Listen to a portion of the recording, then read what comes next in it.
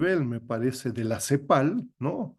Eh, eh, en aras de discutir, comprender los efectos diversos de estas políticas en otros países, incluyendo a México. En la última sesión con funcionarios de la Secretaría de Hacienda y Crédito Público, en la sesión de hoy con la Secretaría del Trabajo y en la última sesión, la sesión del próximo miércoles con funcionarios de la Secretaría de Economía. Se trata de una discusión, yo les diría, en aras de permitir hacer correcciones, ¿no? Reconocer avances significativos desde 2018 en términos de política, sobre todo económica. Podríamos, sin lugar a dudas, realizar unas cuantas sesiones más. Si hubiera interés, háganoslo saber.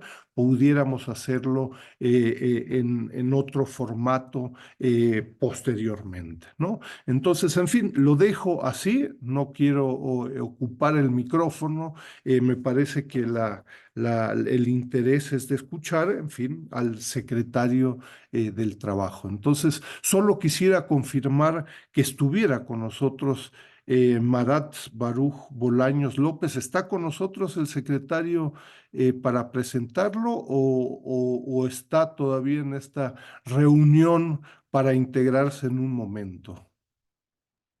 Nos regalarían 5 minutitos más, ya está por conectarse, por favor, una disculpa.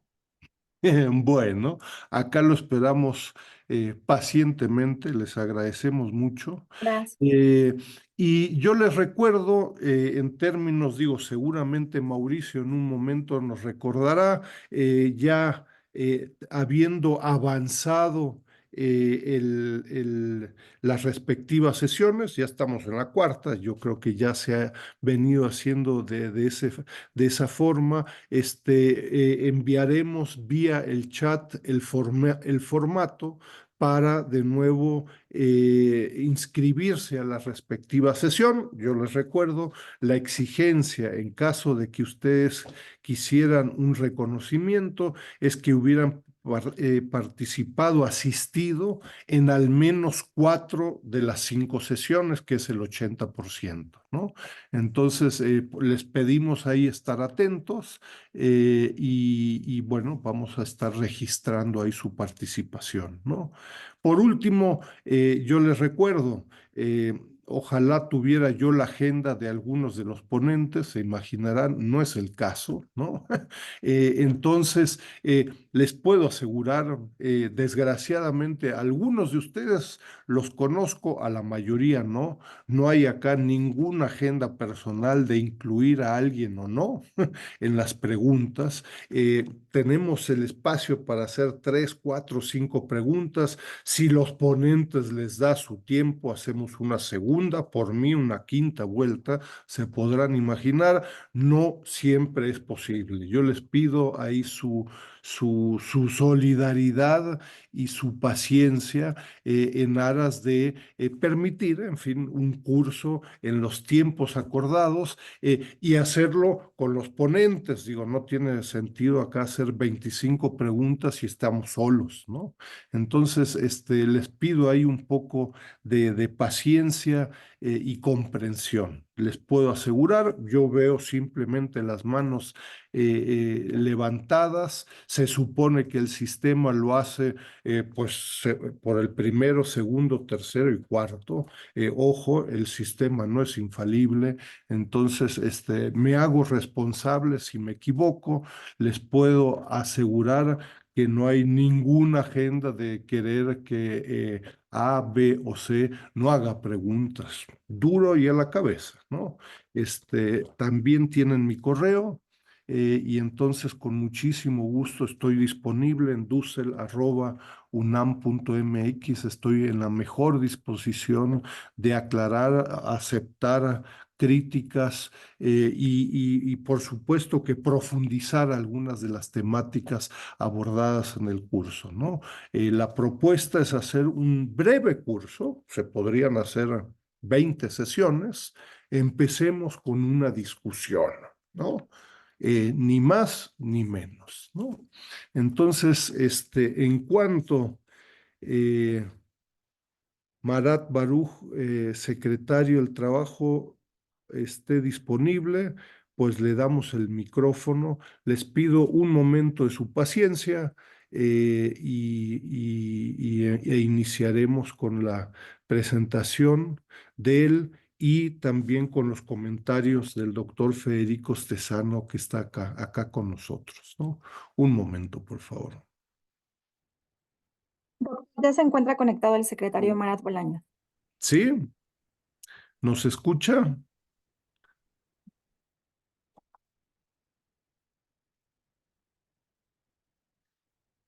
¿Nos ayudarían, por favor, a activar su micrófono?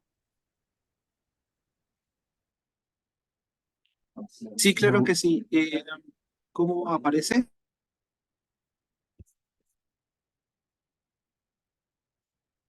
Está conectado como Marat. Marath, por favor.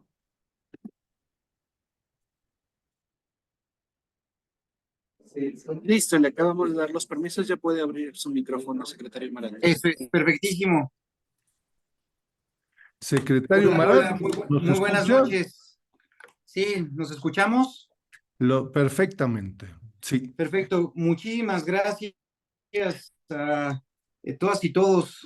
Una disculpa por aquí, el arribo un poco intempestivo y de manera, pero conocerán la cuarta transformación de cómo estamos ahorita. Además, entre cierres y también aperturas. Y en ese sentido, pues decirles muchísimas gracias, porque pues justamente estamos en un proceso muy importante, ¿no? No, Secretario, si perfectamente. gusta.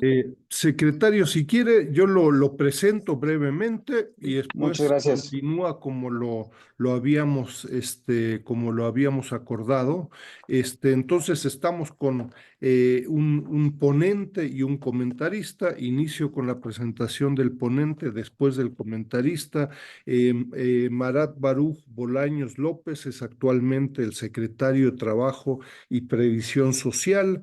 Yo les recuerdo, tiene ya una trayectoria como funcionario, ha sido secretario particular del canciller en 2018 al 2020, también fue parlamentario de Morena en la Ciudad de México en 2016-2017, es catedrático también en la UNAM, colegas, en este caso en la Facultad de Ciencias Políticas y Sociales, y tiene una licenciatura en Relaciones Internacionales y estudios de maestría, ambas en la UNAM, ¿no? Entonces, bueno, muy agradecido. Yo les recuerdo, secretario, el curso breve, 5 sesiones, estamos en la cuarta sesión. Se trata inicialmente de una discusión sobre el neoliberalismo. ¿Qué es lo que se implementó en México durante 3 décadas? Tiene que ver Bien, con el neoliberalismo, y particularmente lo que nos interesan son alternativas a lo que se implementó en México durante 3 décadas, este periodo 1988-2018, en donde el tema del empleo, salarios, etcétera, son de particular relevancia, y no hablo más y le doy la palabra. muy bien, muy bien. Ahora ya estaba a punto de invadir mi materia de trabajo, doctor. No, no, no. De ninguna forma. Agradecerle, muchísimas gracias. No, pues en realidad primero dar nuevamente las gracias a todas y todos por su atención el día de hoy.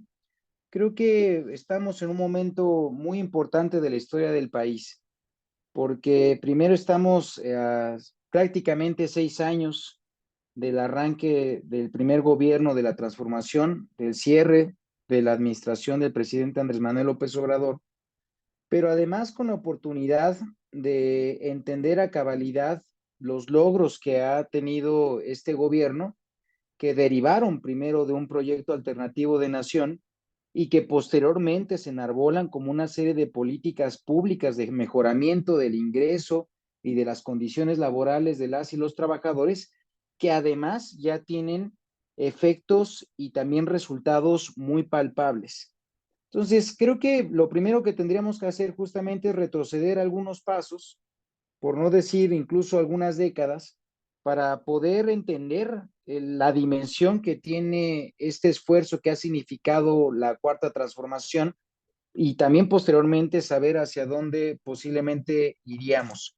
Primero, efectivamente, pasamos ya cerca de 3 décadas, 4 décadas de gobiernos neoliberales, de gobiernos cuyo distingo fue justamente la implementación de una serie de políticas denominadas de ajuste estructural, que lo que buscaban, entre otras cosas, era un diseño de país y de economía cuyo centro fuera no precisamente el beneficio de las personas ni de las y los trabajadores, sino fundamentalmente replantear un patrón de acumulación del capital que lo que significó fue, por una parte, el que hubiese un detrimento del ingreso y también de las condiciones laborales, pero también por la otra, un disciplinamiento fiscal que implicó particularmente la constricción de muchísimos derechos que se habían logrado y construido a lo largo del siglo XX, que derivaron también de la Revolución Mexicana y que parte de esos derechos eran evidentemente los derechos laborales. Se hicieron reformas muy agresivas a los ejes torales que sintetizaban en la Constitución estos derechos, para decirlo particularmente, en el artículo 3º constitucional correspondiente a la educación, en lo referente al artículo 27 constitucional, en el 28 constitucional correspondiente tanto a las tierras como también al patrimonio nacional, y hablando en este sentido del petróleo, y finalmente en el artículo 123 constitucional, que significó también pues una reestructuración de la relación del capital con el trabajo, y que a la postre significó que existiese una precarización y pauperización de los trabajadores en el país. Se vio con ello también por esta propia política de disciplinamiento fiscal, que no es otra cosa más que ir eliminando estos derechos y también inversión social para verlo como un gasto, pues se vio en un veloz desgaste de las condiciones de vida de las personas, pasando así a que México se volviera uno de los países más desiguales de América Latina, y no solamente de América Latina, sino también del mundo. Entonces, esto lo vivimos a lo largo de 3, 4 décadas. Posiblemente hacer la síntesis, nuevamente revisitar capítulo por capítulo podría ser, pues, no solamente doloroso, sino también un poco amplio, por lo cual me gustaría hacer el contraste de lo que efectivamente ha pasado en estos últimos años. Entonces, pasando esta etapa neoliberal, y ustedes conocen muy bien, pues el camino que se recorrió para la construcción de un gobierno en donde se pusiera en el centro, que por el bien de todos, primeros los pobres, los capítulos que se tardaron durante los años 90 de las construcciones de propuestas políticas electorales que ayudaran a enarbolar pues la aspiración de una sociedad más justa y equitativa. Eventualmente el arribo del presidente Andrés Manuel en su momento como jefe de gobierno y también como un postulante, digamos, de todas estas aspiraciones de nueva sociedad, para que en el 2006, pues el primer fraude electoral, en el 2012, pues todo también un esquema pues de compra de voto que significó la también limitación de la posibilidad de este proyecto político, y ya hasta el 2018 el primer gobierno de la transformación. ¿En qué consiste la agenda del gobierno del presidente Andrés Manuel López Obrador para poder restituir así la justicia que le correspondía a las personas y fundamentalmente a los más pobres del país?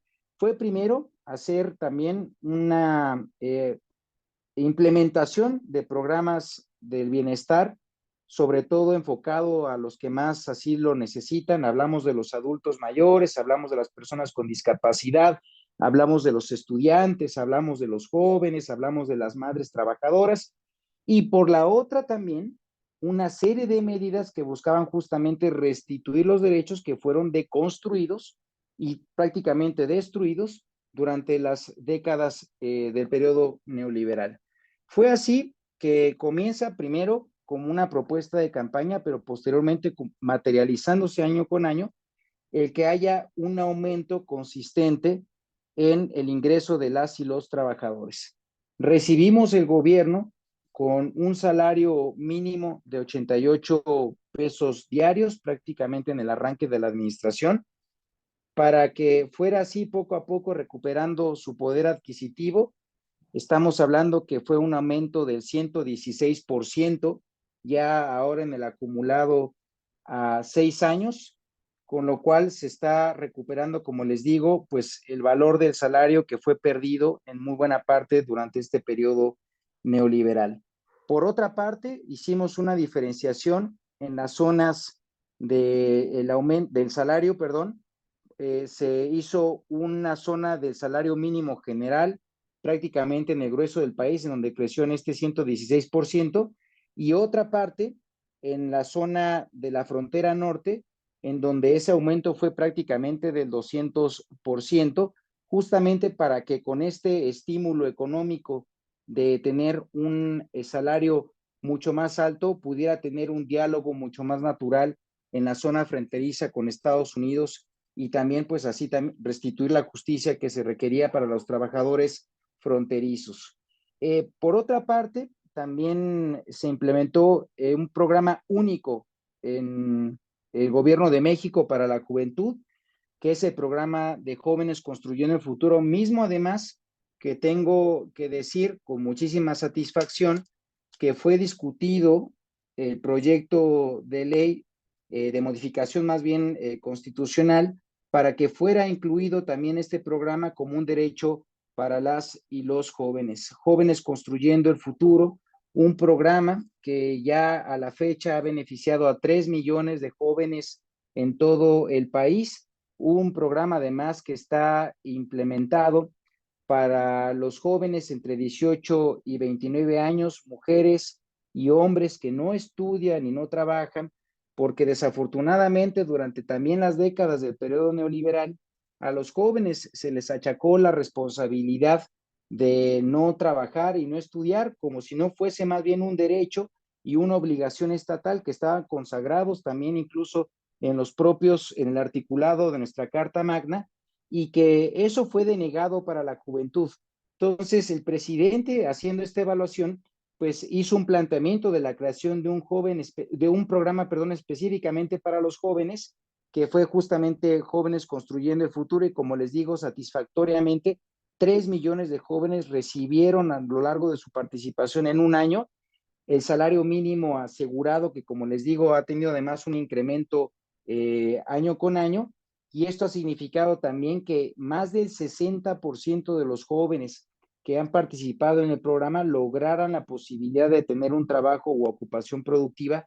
Este porcentaje del más del 60% representa el triple de lo que es el porcentaje de un joven que busca trabajo por su propia cuenta. Entonces, es evidentemente una política muy exitosa, pero también de un calado profundo para pagar un adeudo que se tenía con la juventud de este país. Entonces, pues Jóvenes Construyendo el Futuro, 3 millones de beneficiarios. Cabe destacar de esto que son 58% mujeres, 42% jóvenes, con lo cual también estamos contribuyendo así a la reducción de la brecha de género en materia laboral.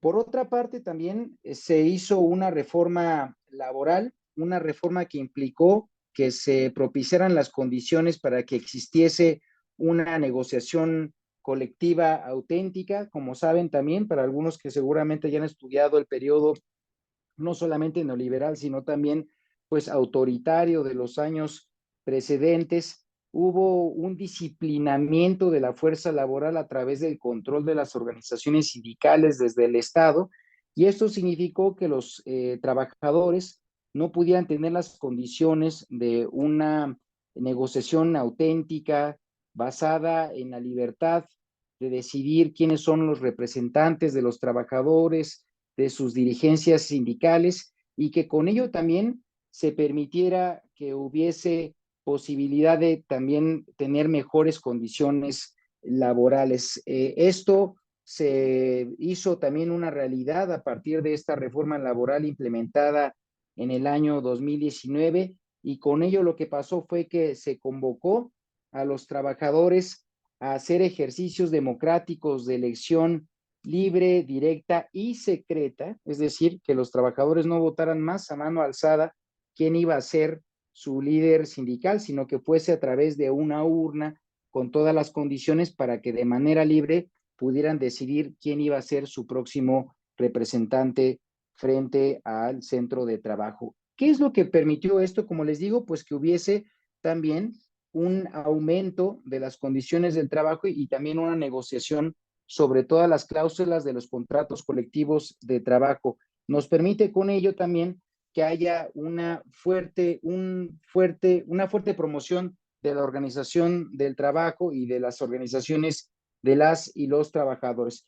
Y como otra parte también misma de esta reforma, lo que estamos buscando es que las diferencias que se suscitan entre trabajadores y empleadores puedan ser resueltas a través de la vía de la conciliación, fomentada y también resguardada institucionalmente en el Centro Federal de Conciliación y Registro Laboral, que es la entidad que se encarga de recibir tanto empleadores como a los trabajadores para poder con ello atender pues las diferencias que tengan y ayudar a solventarlo.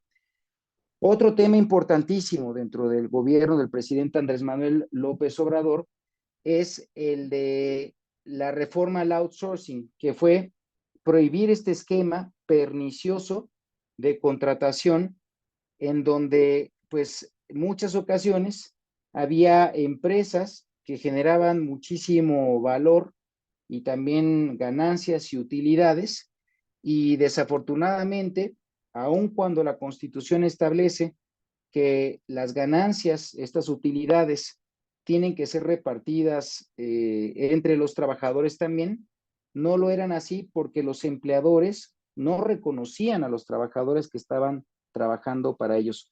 Es una empresa que posiblemente tenía contratada otra empresa, y la empresa que generaba las ganancias pues no tenía ningún trabajador, y la empresa que proporcionaba los recursos humanos pues no generaba ninguna de las ganancias. Entonces, ¿qué es lo que hicimos? Pues fue justamente prohibir este esquema, y que si había una actividad económica preponderante en la empresa, los trabajadores que se dedicaran a esa actividad económica preponderante tenían que ser reconocidos por sus verdaderos empleadores. Y esto lo que permitió fue justamente que los trabajadores ya reconocidos por sus verdaderos empleadores, pues pudieran acceder a este derecho que en muchas ocasiones había sido denegado. ¿Por qué esto es importante? Porque fueron 3 millones de trabajadores también que fueron reconocidos por sus verdaderos empleadores. Y esto significó un aumento sustancial en el reparto de utilidades, es decir, dinero que en algún momento quedaban en los corporativos, ahora también es repartido para las y los trabajadores, cumpliendo con ello, pues en lo que mandata la Constitución mexicana. Estamos hablando que pasamos de cerca de 80,000 millones de pesos que anteriormente se repartían a los trabajadores en este último año a 216,000 millones de pesos, lo cual pues es evidentemente casi 3 veces lo que se ha dado en su momento.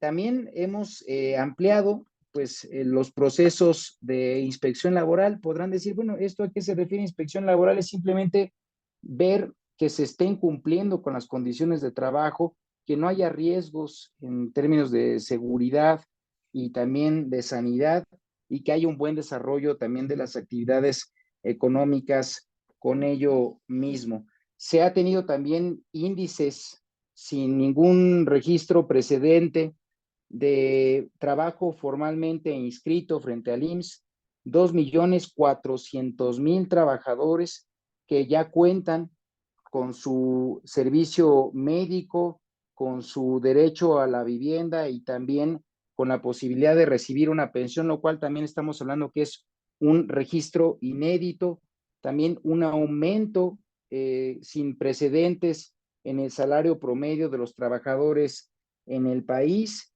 Y como otras medidas que seguramente algunos de ustedes también han por ahí escuchado, ha sido el que se publicó una nueva tabla de enfermedades. Van a decir, bueno, ¿esto qué quiere decir o a qué se refiere?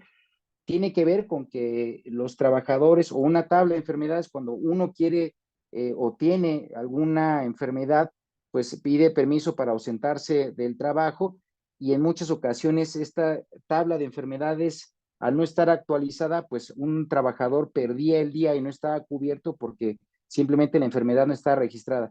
¿Qué tipo de enfermedades son las que se actualizaron? Tipo endometriosis, que son enfermedades, por ejemplo, de las mujeres que se desarrollan en el trabajo. Otra tan sencilla como el COVID, que no se había registrado y que pues uno cuando se ausentaba por motivos de COVID no tenía la justificación para que estuviese justificado por ausencia, por enfermedad. Ampliamos las vacaciones prácticamente al doble.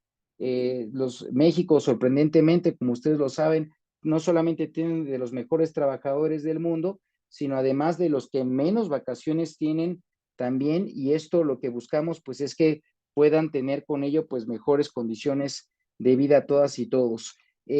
También modificamos la norma sobre teletrabajo. La pandemia nos enseñó que había posibilidades de trabajar esto a distancia, y pues esto también ya lo normamos. Mejoras para las normas en términos del trabajo agrícola, de pesos y cargas en el trabajo. Esto es reducir los bultos de 50 kilos aquí de 25, para que pues eso no tenga también repercusión en la salud. Y pues como les digo, muchísimos puntos más que pudiéramos destacar de los grandes avances que se ha tenido a la fecha.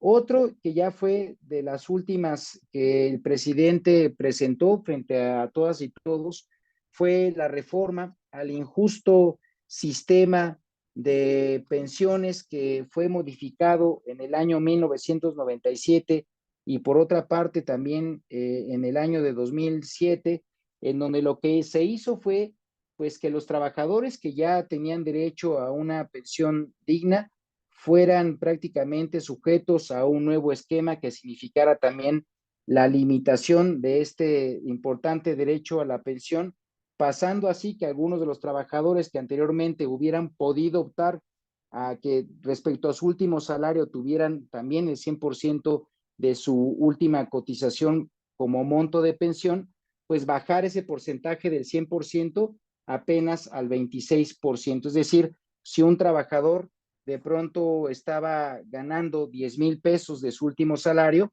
su pensión se volvía prácticamente de cerca de 2,700 pesos en vez de ser una pensión de 10,000 pesos. Posteriormente, el presidente Andrés Manuel López Obrador en el año 2020 implementa un primer paso para intentar pues mitigar los efectos negativos de estas reformas que implementó el gobierno de Cedillo durante el periodo neoliberal, como también lo hizo Calderón en el año 2007. Y lo que buscó esta reforma pues fue justamente pues también amortiguar estos efectos negativos, pasando que si un trabajador había cobrado en su último salario 10,000 y la reforma de Cedillo y de Calderón lo volvía a 2,700 en su pensión, ahora con el presidente Andrés Manuel lo incrementamos a 6,000 pesos, pero todavía nos quedaban 4,000 pesos que recuperarle al trabajador, y fue por esto que se implementó en este año 2024 esta reforma, que lo que busca justamente es que los trabajadores que fueron afectados en estas reformas de 1997 y de 2007 tuvieran la posibilidad de tener una tasa de recuperación, digamos, de su pensión al 100%, los que estén, digamos, en el umbral de los que están en el salario promedio registrado ante el IMSS. Es decir, estamos hablando de un promedio de los de 16,000 pesos para abajo, con ello beneficiando a los que más así lo requieren y más lo necesitan. Entonces, pues esto es parte de las medidas que se han instrumentado durante el gobierno del presidente Andrés Manuel López Obrador. Van a decir, y bueno, ¿y esto cómo ha tenido impacto en la sociedad mexicana? ¿Cómo la ha vuelto más igualitaria? ¿Cómo ha significado una diferencia respecto al periodo neoliberal? Primero, decirles que con todas estas medidas se ha hecho una reducción inédita de la desigualdad que se generó durante el periodo neoliberal. Durante estos 6 años del gobierno del presidente Andrés Manuel López Obrador, con todas estas medidas laborales, ha habido una reducción de cerca de 9.5 millones de personas que salieron de la condición de pobreza, condición que justamente fue generada por las políticas neoliberales. Estamos hablando que cerca de 8% de la población en cuestión de menos de 6 años, por estas políticas también laborales de la transformación, junto con las de bienestar de los programas, permitieron que cerca de 9 millones de personas abandonaran la condición de pobreza, según datos del Banco Mundial. Yo creo que veremos a su vez en los próximos años también los efectos que vendrán de esta continuidad de la política de mejora del ingreso y de las condiciones laborales, porque la propia doctora Claudia Sheinbaum ya anunció desde su campaña, pero ahora como parte de su programa de gobierno, que continuarán estas mejoras y que con ello pues justamente buscamos que haya una reducción, como lo ha pasado en estos últimos años, de esta pobreza, y por la otra, una mejora sustancial del ingreso y en general de la vida y el bienestar para todas y para todos. Entonces, pues estos son parte de los elementos. No quisiera abusar yo de la palabra, la verdad es que me genera muchísimo entusiasmo porque son muchísimos los puntos que se han tocado en materia laboral. Faltan muchos otros, pero yo creo que siempre pues es bueno poner parte de estos puntos en la mesa para que desde ahí pues podamos generar un diálogo importante con todas y todos ustedes. Pues doctor Enrique, pues agradecerle el tiempo y yo quedo de ustedes para cualquier tipo de comentario, duda, pregunta que pueda plantearse por parte de los asistentes a este importante seminario. Muchísimas gracias a todas y todos por su atención. Muchas gracias, Marat. Lo aprecio mucho también por la brevedad. Entonces, tenemos contemplados con comentarios. Ojalá le pudieran dar enseguida el micrófono al doctor Federico Stesano. Yo les recuerdo, Federico es doctor en sociología por la Flaxo México. Él es actualmente profesor en la Universidad Autónoma Metropolitana Azcapotzalco. Ha sido también profesor en otras universidades, ha trabajado también como oficial de asuntos económicos de la CEPAL. Escuchamos a Jorge Mario Martínez hace un par de sesiones al respecto y bueno, cuenta con todo un grupo de publicaciones, capítulos, un reciente libro sobre las temáticas, ¿no? Entonces, muchas gracias, Federico, de nuevo por estar con nosotros. ¿Me escuchan? Sí. Perfectamente. Bueno, muchas gracias, Enrique, por la invitación. Secretario, felicidades por la presentación, la claridad. Tocaste varios de los aspectos que yo tenía pensado tocar. Voy a dar, como ustedes imaginarán, digamos, una mirada más desde lo académico para ver dos cosas, ¿no? Algunas de las que se ha comentado el secretario, de los avances y los beneficios que han supuesto algunos de los cambios que existieron. Y bueno, algo que también comentábamos con Enrique en la previa, en la llamada ya que tuvimos hace un tiempo, Enrique, ver los desafíos, los retos, las oportunidades, digamos, de miras al futuro, ¿no? Entonces, son 3 temas básicos, digamos, sobre los que me voy a centrar y que ya estaba el secretario Marat comentando. El primero tiene que ver con el conjunto de las reformas laborales, y a mí me parece de importancia, bueno, las de 2017 y 2019, en el sentido que dieron un impulso, digamos, en términos democráticos, ¿no? A la transparencia de los sindicatos, digamos, también reforzando su autonomía, ¿no? Esto del disciplinamiento que estabas comentando, que es algo interesante, digamos, y estos cambios clave que tienen que ver con cómo se reglamentaron las elecciones sindicales, y bueno, la necesidad de procesos más transparentes, más claros, más democráticos. Lo mismo con los nuevos tribunales, ¿no? Que vienen a sustituir a las viejas juntas que antes resolvían los conflictos, digamos, y que dan dan cuenta de un cambio que me parece que es muy significativo, y es de una regulación que tiraba mucho para el lado de los empleadores, digamos, ¿no? Es un cambio hacia, en un sentido de justicia, digamos, y de proceso democrático, que es algo muy interesante. Hago una pequeña, brevísima nota. Luego les voy a compartir vía Enrique, digamos, los materiales y las referencias. Yo muchas cosas de las que voy a estar diciendo se apoyan en trabajos de colegas. Acá estoy hablando, por ejemplo, de los trabajos que ha hecho Graciela Benzuzar de la FLAC y de la UAP, por ejemplo, y hay otros varios colegas. No voy a nombrar a todos de cada uno, pero quiero que sepan que te voy a dejar, Enrique, una lista ahí de lecturas para quienes quieran abundar y puedan tener acceso.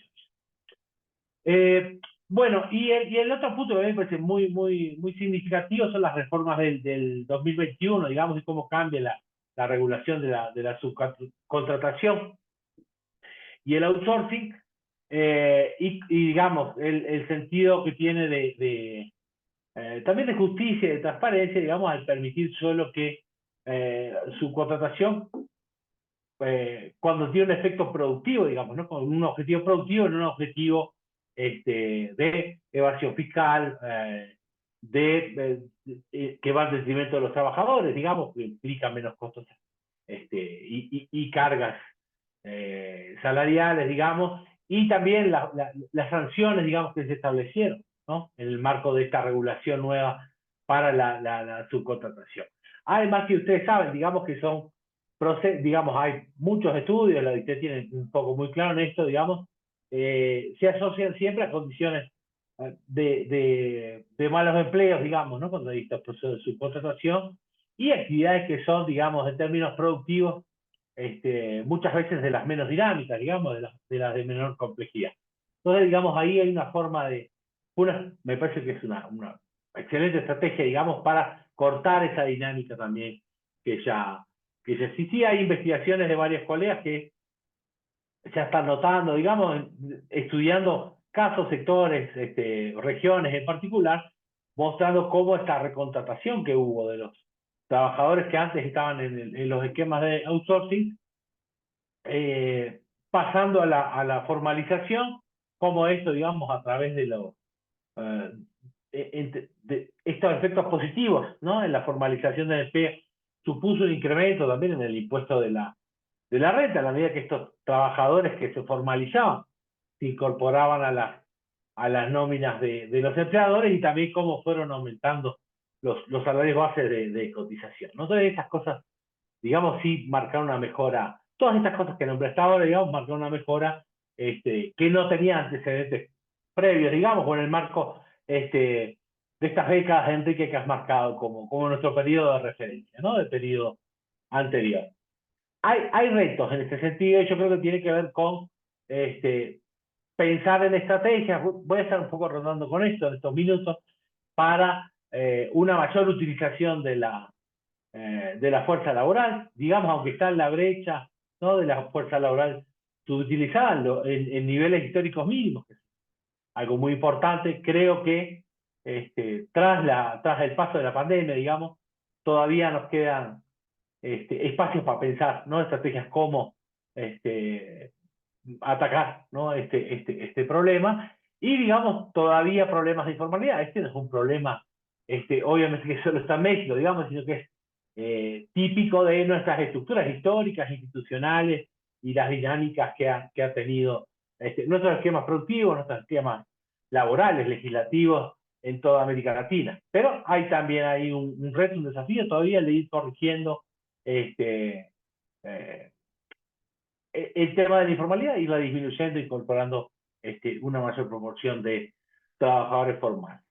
El segundo tema que también comentaba el secretario, que les quería comentar, tiene que ver con el salario mínimo, cómo se volvió herramienta clave, digamos, de la política social del gobierno que está terminando ahora, y cómo el incremento anual, que supera a la inflación, digamos, se volvió una herramienta central, digamos, para disminuir pobreza y también desigualdad, ¿no? El secretario nos daba algunas de las cifras. No voy a leer las mías porque capaz que no las tuve yo, él de mejores cifras, digamos, pero nos muestran de la cantidad de trabajadores, cerca de 20 millones de trabajadores que fueron beneficiados directamente con el aumento impresionante que hubo en el salario mínimo. Siempre existió toda una discusión, ¿no?, sobre si no iba a aumentar la inflación, si no iba a distorsionar el mercado laboral, y, digamos, la estrategia trazada ha mostrado que no, digamos, ¿no? Ni aumentó la informalidad, ni aumentó la inflación, ni el desempleo, ni la competitividad de los productos nacionales a causa de esta suba del salario mínimo, lo cual nos da cuenta primero que estaba muy por debajo, ¿no?, de lo que debería estar en el mercado formal, digamos, sin afectar de ninguna manera, digamos, los temas de estabilidad macro o la misma dinámica, ¿no?, del mercado laboral. Hay algunos trabajos de los colegas del Colegio de la Frontera Norte y de la zona, de toda la Frontera Norte, también que han mostrado beneficios especialmente hacia las mujeres, y que también hacia el sector informal, sobre todo los trabajos informales de menores ingresos, también se ha visto favorecido, digamos, de este aumento generalizado del salario mínimo para los trabajadores formales, ¿no? Entonces, también hay otros estudios mostrando que ha aumentado la probabilidad de emplearse en el sector formal a través del aumento del salario mínimo. Y bueno, una estimación que hacía la Comisión del Salario Mínimo. Aquí también el trabajo de Moreno Brida ha sido importante, que ha estudiado el tema, digamos, es un referente para todos nosotros, mostrando una estimación de 4 millones de personas que han salido de la pobreza, ¿no? En gran medida como efecto de este aumento del salario mínimo. Entonces, este es un efecto notoriamente positivo, digamos, ¿no? Cuanto de la renta petrolera o de otra renta se gastaba en política social, y esta política social demostró ser efectiva, ¿no?, para estas estrategias para salir de la pobreza. Y también rompiendo mucho de esto, por eso les decía, ¿no?, supuestos que a veces son analíticos, pero en realidad son más bien normativos, de que, bueno, subir el ingreso medio, digamos, de las clases trabajadoras es meter la mano en el mercado y que funcione mal. Acá vemos que el Estado pone en el mercado y hace que el mercado funcione mejor y eleva el nivel de vida de la población, digamos, y esto tiene que ver con un objetivo de desarrollo, ¿no? Hay un desafío ahí que tiene que ver con lo anterior también, en el cual nunca debemos dejar de insistir, digamos, ¿no? Tratar de minimizar lo más que se pueda la proporción de trabajadores que están en la informalidad, y esta es una buena estrategia, digamos, porque cambia el sentido, me parece, de la ecuación que había antes, digamos, ¿no?, donde para un trabajador que estaba en la informalidad casi no había motivación para pasarse al sector formal, ¿no?, si el salario medio estaba tan por debajo de que estaba recibiendo tanto como informal. Entonces, esta ecuación va cambiando, digamos, y esto también cambia la dinámica del mercado laboral. Y lo último, digamos, el secretario nombrado, y también me parece interesante, en el libro que habrá mencionado Martínez, se me fue el nombre, nuestro secretario aquí en CEPAL México, Jorge Mario Martínez. Jorge Mario Martínez. Bueno, ahí verán, yo participé en el capítulo que vio las políticas de desarrollo productivo en México. Ahí, tras una discusión, porque son difíciles las mediciones para ver los montos que ha tenido la política industrial, viendo el total del presupuesto, hemos tomado la decisión de incluir al programa de generación de empleo de los jóvenes, me sale sembrando, está brava la memoria hasta ahora, de integración de los jóvenes. ¿Recuérdenme el nombre? Ay. Construyendo el futuro. Construcción del futuro, ahí está. Sí. Que me parece, gracias secretario, que me parece también un momento importante, porque va justamente a mostrar a lo último que quiero ir, que me parece que es un reto y una oportunidad que tenemos en México para el desarrollo económico, y es la de acompasar también la política la política salarial, la política laboral y de empleo con la política productiva y la política industrial, ¿no? Este programa también es un buen ejemplo de esto. Digamos, sería interesante, digamos, en un segundo momento, ¿no? Porque, digamos, todas estas iniciativas fueron un corte fuerte, digamos, con arrastres del pasado, de décadas, digamos, como más o menos hemos venido discutiendo, ampliarlo, digamos, a un momento donde podamos acompasar más, digamos, ¿no? Política industrial y política laboral, pensar, digamos, en qué espacios de las cadenas de valor pueden situarse las empresas productivas nacionales, donde podamos hacer más políticas para fortalecerlas tecnológicamente. También el efecto, ¿no? sobre los patrones de consumo que ha generado el aumento del salario mínimo. Y bueno, una idea de ir, ¿no? dando pasos hacia procesos de cambio estructural, digamos, de que logremos posicionar una proporción más grande de la economía nacional en los sectores que utilizan de forma más intensiva conocimiento, las ideas y las nuevas tecnologías, ¿no? Entonces, lo último que voy a decir, hemos estado estudiando un poquito el sector de farmacéutica en México, y justo estábamos viendo eso y me parece un buen ejemplo, porque es un sector que es muy dinámico, muy innovador, y donde México, como toda América Latina, aún depende mucho de importar productos que tienen mayor sofisticación tecnológica. Pero la farma es un buen ejemplo, me parece a mí también, la automotriz también lo puede ser, porque emplea más mujeres, paga mejor, es más innovadora.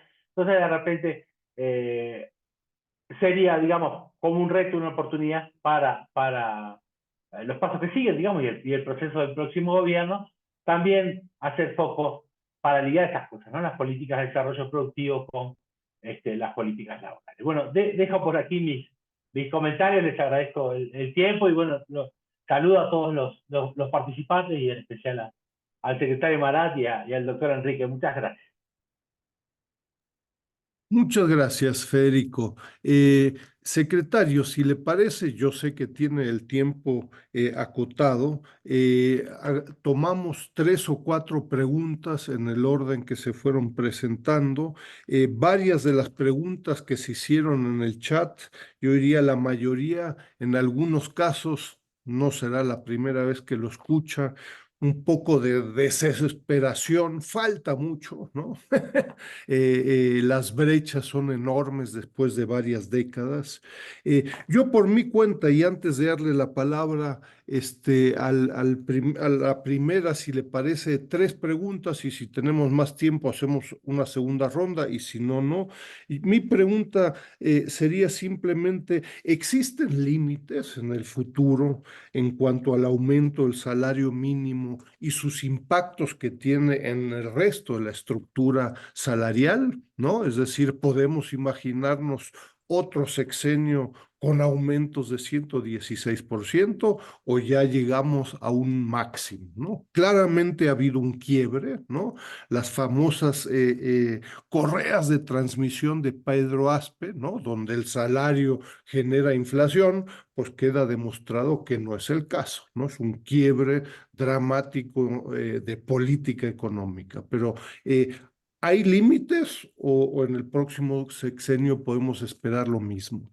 Le doy la palabra a 3 personas y después usted tiene la palabra. Julio Merchant, seamos breves, por favor. Bueno, sí, exactamente, hay que ser breves. Eso es buena recomendación. ¿Me escuchan? Sí. Perfectamente, sí, Perfecto. adelante. Bien, al secretario, bueno, pues sí, evidentemente el balance del gobierno actual positivo sería ese, el, el beneficio que se ha tenido en cuanto a salarios, pensiones y demás, sin duda. Y es bastante positivo. Ahora, el punto, tendría muchas preguntas, pero por respeto a otros voy a ser muy concreto. Esto tiene como fin tal vez fortalecer el mercado interno. ¿Hasta qué punto el mercado interno se fortaleció y cuál fue el crecimiento? Aparentemente las cifras no indican un crecimiento fuerte en el mercado interno. La segunda pregunta, La segunda pregunta sería en relación a las alternativas, aparte de si el salario mínimo va a crecer o no, como creció en este sexenio, ¿qué otras alternativas están, sobre todo, para disminuir la economía informal? El 60%, tal vez menos, el 50, el 60%. La economía informal representa el 60% del ingreso del mexicano, lo cual es verdaderamente terrorífico. Y estos aparentemente todavía no tienen los beneficios que se tienen en la economía formal.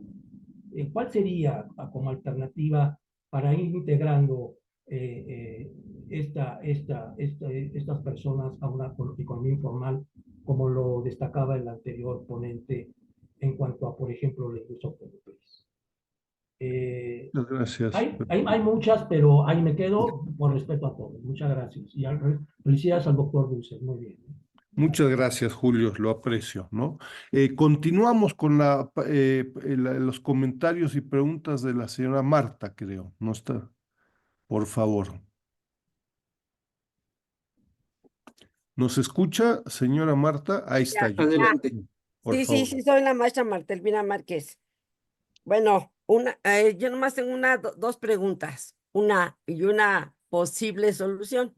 Bueno, pienso que eso debería de ser tres cosas. Una, ahorita se está luchando mucho por la semana de las 40 horas. Hay marchas y marchas por la semana de las 40 horas.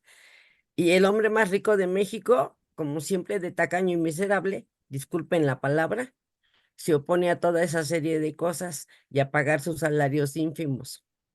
Creo que además de la semana de las 40 horas son muy merecidas porque en el mundo somos de los trabajadores que más producimos y más trabajamos.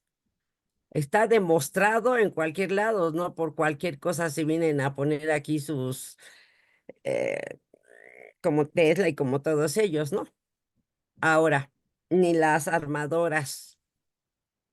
Ahora, yo creo que los trabajadores informales, en lugar de pagarle a sus líderes, deberían de pagar eso. Es como un foco de corrupción. Se le paga a sus líderes mafiosos para que los dejen trabajar en el metro, para que los dejen trabajar en los alrededores, porque andan dentro del metro y andan en todos lados. Yo porque viajo en esas grandes distancias, de Coacalco al DF y así. Y entonces, creo que ellos también deberían de pagar un poco impuesto porque además venden muchas cosas que no debieran de vender, son chatarras, por todo lo que ha luchado el doctor López Gatell. Y la otra es que debería de haber un impuesto a la riqueza. Ahí está Slim, ahí está el de la minería, que explota muchísimo a los mineros, Germán Larrea. Sí, creo que se llama Germán Larrea, ¿no? Creo que así se llama.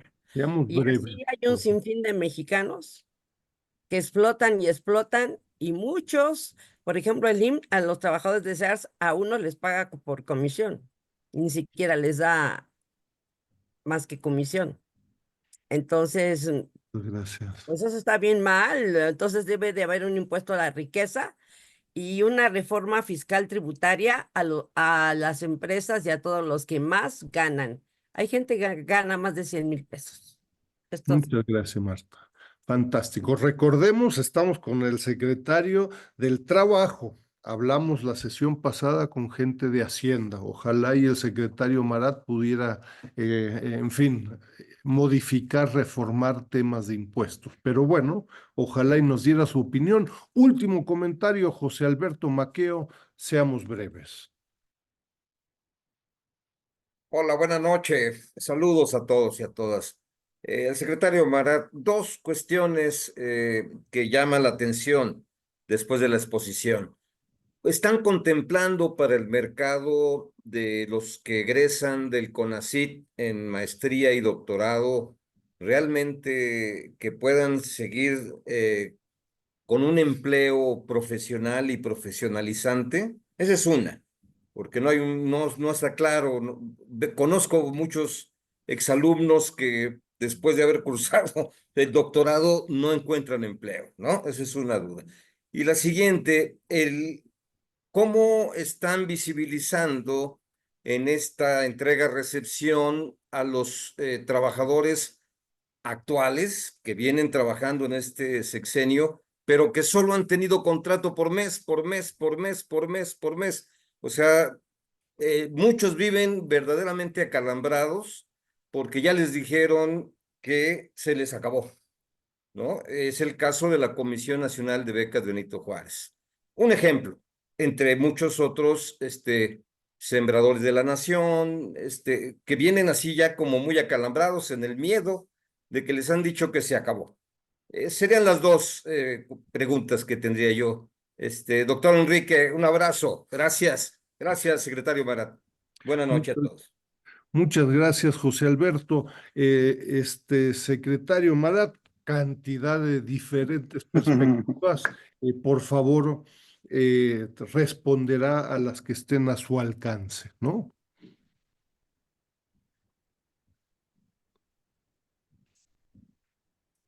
Muy bien, muchas gracias. Miren, yo creo que efectivamente hay muchísimos temas que se están planteando, que se están poniendo en la mesa.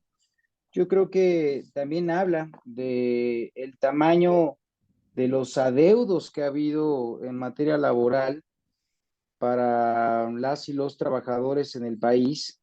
Y sin embargo, yo hablaba de que son 6 años que ya hemos tenido esos avances, pero además con resultados palpables, que no son, pues ahora sí que algún tipo de información que no tuviese posibilidad de ser constatado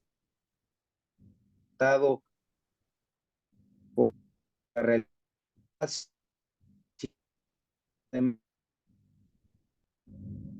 Son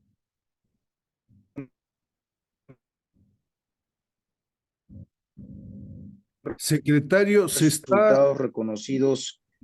Es que seguir con una... Sí, ¿me escuchan? ¿Me escuchan? sí, ahora un poco mejor, recién se estaba entrecortando. A ver, Exacto, voy a quitar el audio, el video para que me escuchen. muy amable, sí, gracias. A ver si se... ¿Sí? ¿Me escuchan? ¿Me escuchan? Lo escuchamos, sí, sí, sí.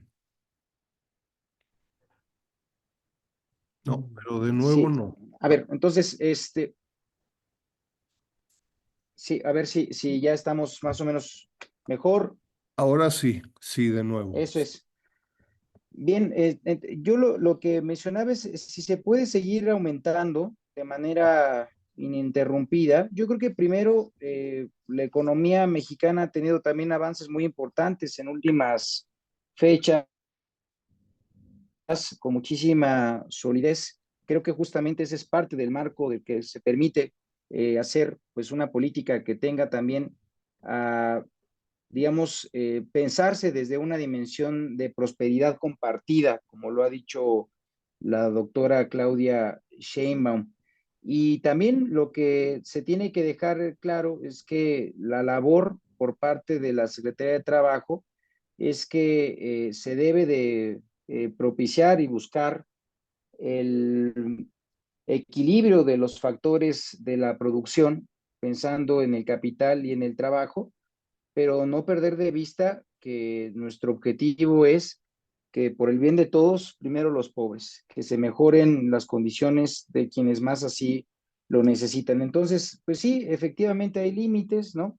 Pero les digo nuevamente, lo que estamos buscando con esto es que haya un equilibrio efectivo de los factores de la producción y eso es lo que así hemos planteado o como nos ha dado la instrucción el presidente y también en su momento con la doctora, el que sea la directriz de la política laboral. Yo diría que, por el contrario, hay cifras claras de que sí ha habido un importante efecto positivo en el mercado interno. Yo diría que incluso parte del ambiente económico que existe ha sido también motivado por el fortalecimiento del mercado interno. Esto también a través no solamente del aumento del salario mínimo, sino también de lo que ha empujado en, digamos, en efecto también del mismo salario mínimo, que es, como les decía yo, el aumento del salario promedio de los trabajadores registrados ante el IMSS, en donde pasamos pues prácticamente a recibir de cerca de 8,000 pesos más o menos en el inicio de la administración, ahorita hablando de cerca de 17,500 pesos de un trabajador que está inscrito formalmente. Hay retos, por supuesto, de la informalidad en el país, pero como también se destacó, yo creo que es justamente parte del propio diseño estructural de las economías, si lo quieren ver así, latinoamericanas, y que en ese sentido, pues México también es parte, pero yo creo que podríamos hablar más allá del tema de la informalidad en abstracto, de un tema de formalidad que yo creo que ahí tenemos muchísimo que poder aportar, que es la formalidad, la informalidad que se promueve desde la formalidad. Estamos hablando que esta reforma que se hizo en el marco del outsourcing, pues eran empresas formalmente constituidas que lo que hacían era simplemente denegar derechos a trabajadores que, si bien pagaban impuestos, no estaban propiamente registrados como trabajadores que pudieran acceder al derecho a la salud, al derecho a la pensión y al de crédito de vivienda.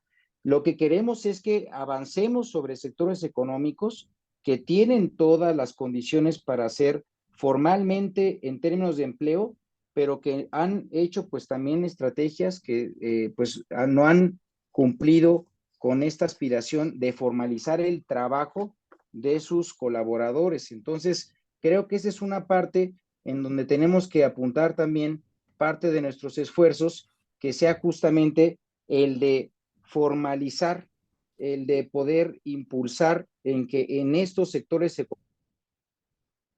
económicos que, si bien formales, tienen un subregistro o no registro incluso de los trabajadores que podrían tener los derechos de la formalidad en el trabajo. Y en general creo que lo que se ha buscado es que avancemos a que haya mejora de las condiciones. Creo que hay varios asuntos que ponen aquí también en la discusión y tiene que ver justamente con cómo fue diseñado la relación del capital-trabajo, pero también de los trabajadores con o del Estado con los trabajadores. Se han mandado también iniciativas muy importantes. Por ejemplo, también está en discusión dentro de la propia reforma o la serie de reformas constitucionales en donde se establezca un piso mínimo de ingreso para los trabajadores que dan así su servicio al Estado en funciones básicas como lo es seguridad, salud y educación, para asegurar que este salario esté pues justamente tasado en la media de registro del seguro social. Entonces creo que es justamente lo que se está buscando, pues es que avancemos sobre esos adeudos que se han tenido durante todo este periodo y pues sí, efectivamente podrán ser algunos de los temas que todavía están por desarrollarse, pero déjenme decirles, no con menor entusiasmo,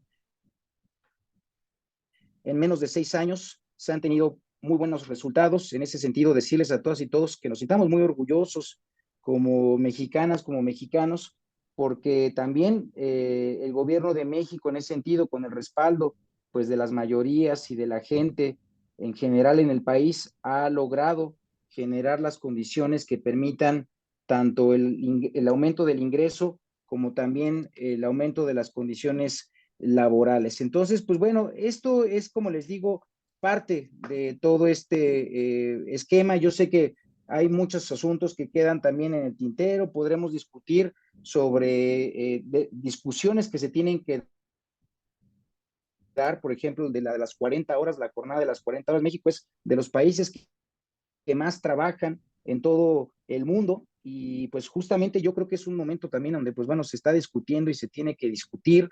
Se están también llevando a cabo las discusiones sobre pues otros temas, como ya lo dije, también logramos un aumento en vacaciones, eso también es un brinco cualitativo importante.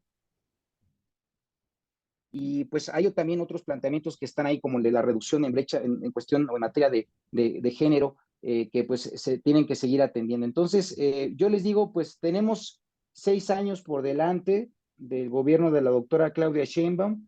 viene también una pues agenda importante, ella ya adelantó algunos de los puntos, el tema, por ejemplo, de las discusiones en términos de la formalización de los trabajadores de plataformas, eso está dentro de sus 100 puntos de propuestas de gobierno.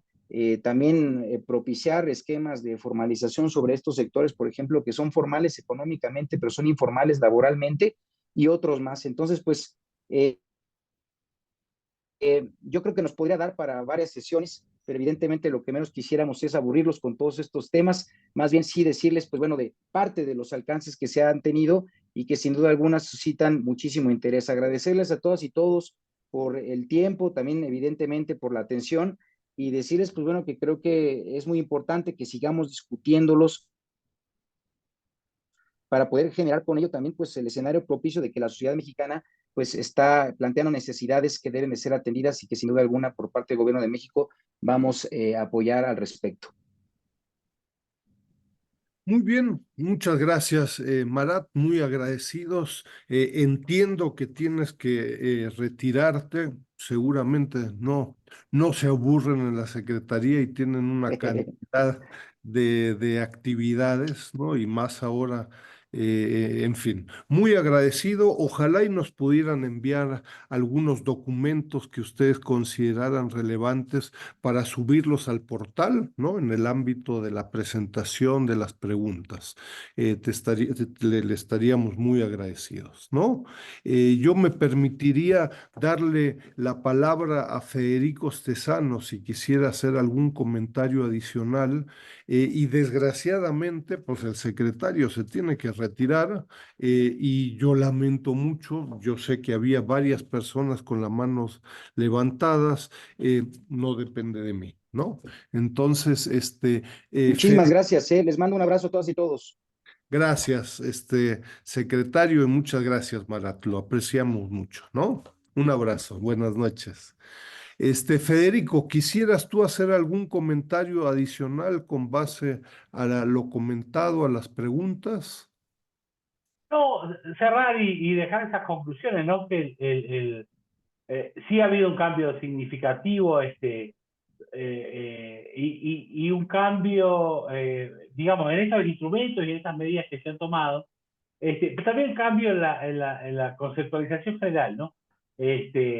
Digamos, estoy pensando en lo que dice Mazzucato, digamos, que tenemos que cuando socializar, digamos, ¿no? Los buenos momentos de las empresas, no solo asumir sus malos momentos, digamos, y pagar todas sus pérdidas. Y me parece que estos cambios van en ese sentido, ¿no? Como cuando decía hace un rato que la legislación cambia, que estaba muy hacia el lado de los empleadores, está cambiando ahora para tener un sentido más de justicia, para procesos más democráticos. Entonces pienso que estos son cambios interesantes y pienso, digamos, y esto es muy importante, y con miras al futuro y con preocupaciones de varios compañeros que veo aquí en el chat, también de que tenemos que pensar en estrategias más complejas de producción, en qué sectores van a competir nuestras empresas nacionales, cómo hacer para sustituir algunas importaciones, cómo hacer para ser más competitivos y para, por consiguiente, tener mejores trabajos, digamos, y que los trabajos más complejos, más calificados, también generen efectos positivos a varias ramas de la economía. Entonces, por estos lados, digamos, celebrar los cambios importantes, significativos y los impactos que han tenido sobre la población, digamos, no es poca cosa disminuir la pobreza, es algo sobre lo cual todos los gobernantes del mundo se han venido preocupando en los últimos 30, 40 años, ¿no? Con gran presión, es algo que está en la agenda de los últimos 15 años de las ciencias sociales y de los debates sobre política pública, pero bueno, también pensar en estos retos, digamos, pensar que podemos competir de esta forma, volver a tener una industria nacional fuerte como tuvimos hace muchos más años, digamos, antes del neoliberalismo, volver a ensamblar, ¿no? Un conjunto nacional de industria y, digamos, ahí donde estén nuestros mejores trabajadores, nuestros jóvenes, integrándose y que los efectos sean de mejores condiciones salariales, laborales y calidad de empleo para todos. Eso sería mi comentario final, Enrique. Muchas gracias. No, gracias, Federico. Miren, entonces hoy terminaremos un poco antes, cuarta de cinco sesiones. La próxima sesión será con los funcionarios de la Secretaría de Economía y con eso concluimos, ¿no? Vamos a subir el video, vamos a subir la presentación, vamos a subir los documentos y textos que la Secretaría del Trabajo nos envíe. Ojalá y Federico, si nos pudieras enviar, tú me enviaste uno, piénsalo en la discusión, etcétera. Si nos enviarías uno, no 25, uno, te lo agradecería mucho. Te Termino. voy a mandar uno que tiene un listado con algunos sobre estos temas para que solo le piquen ahí y van al texto. Uno, También. ¿sale? Va. Listo. Entonces, y espero que quede claro de que en este ámbito específico, no necesariamente en los otros ámbitos, lo que estamos viviendo es un quiebre, ¿no? Una ideología, un planteamiento diferente del que se implementó durante 3 décadas. En el resto de los ámbitos habrá que ver si se verifican estos cambios, estas alternativas. Yo lo dejo ahí, simplemente ha circulado varias veces el listado. Les pido los que estén interesados en hacerlo. Hubo un cambio de horario, lo lamentamos, ojalá fuera mi horario. De nuevo, la agenda no la tengo yo. Nos vemos el próximo miércoles a las 7 de la tarde de nuevo, ¿no? Muchas gracias por su paciencia, muchas gracias por su interés. Revisen el portal. Estamos haciendo un gran esfuerzo para que en una semana o en un año podamos revisar aspectos que nos parezcan relevantes. Nos vemos en una semana. Gracias a todos y una disculpa por no incluir a todos los que habían levantado la mano. Saludos, buenas noches.